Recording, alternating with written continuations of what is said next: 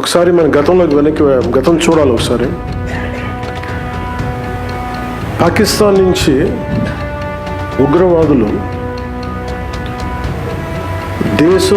మన commercial capital అయిన ముంబైలో దాడులు చేసి 72 గంటలు ఉగ్రవాదం పిడికిల్లో ఇరుక్కుపోతే ఆ రోజు దేశం అంతా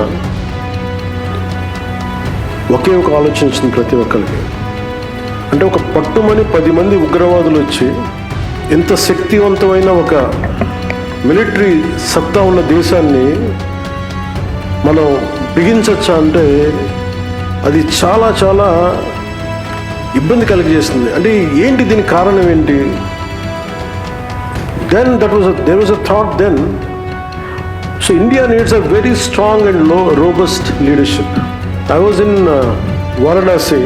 I took my father's ashes. నా తండ్రి అస్థికల్ని నిమజ్జనం చేయడానికి నేను వారణాసి వెళ్ళినప్పుడు జరిగిన సంఘటన.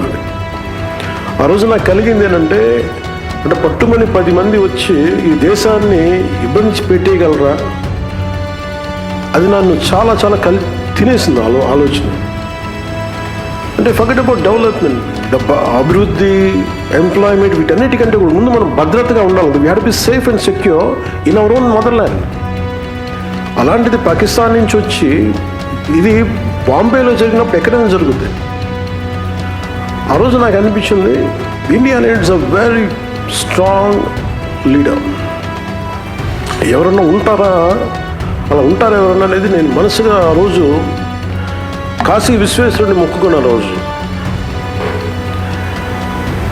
ఆ రోజు నాకు ఒక మాటలు గుర్తొచ్చినాయి.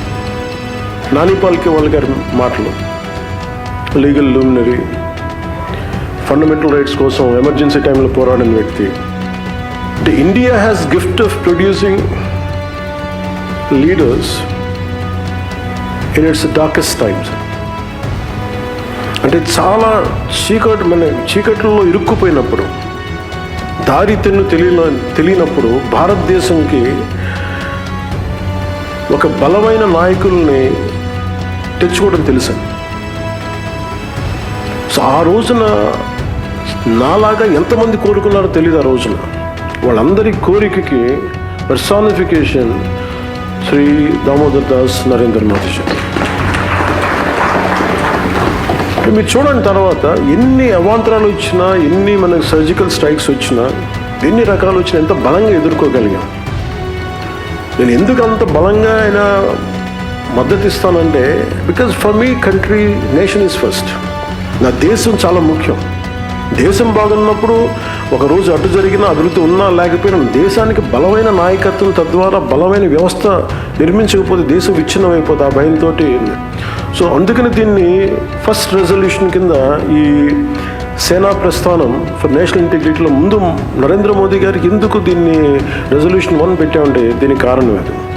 అలాంటి నాయకుడికి మనస్ఫూర్తిగా మరోమారు నేను ధన్యవాదాలు తెలుపుకుంటా ఉన్నాను.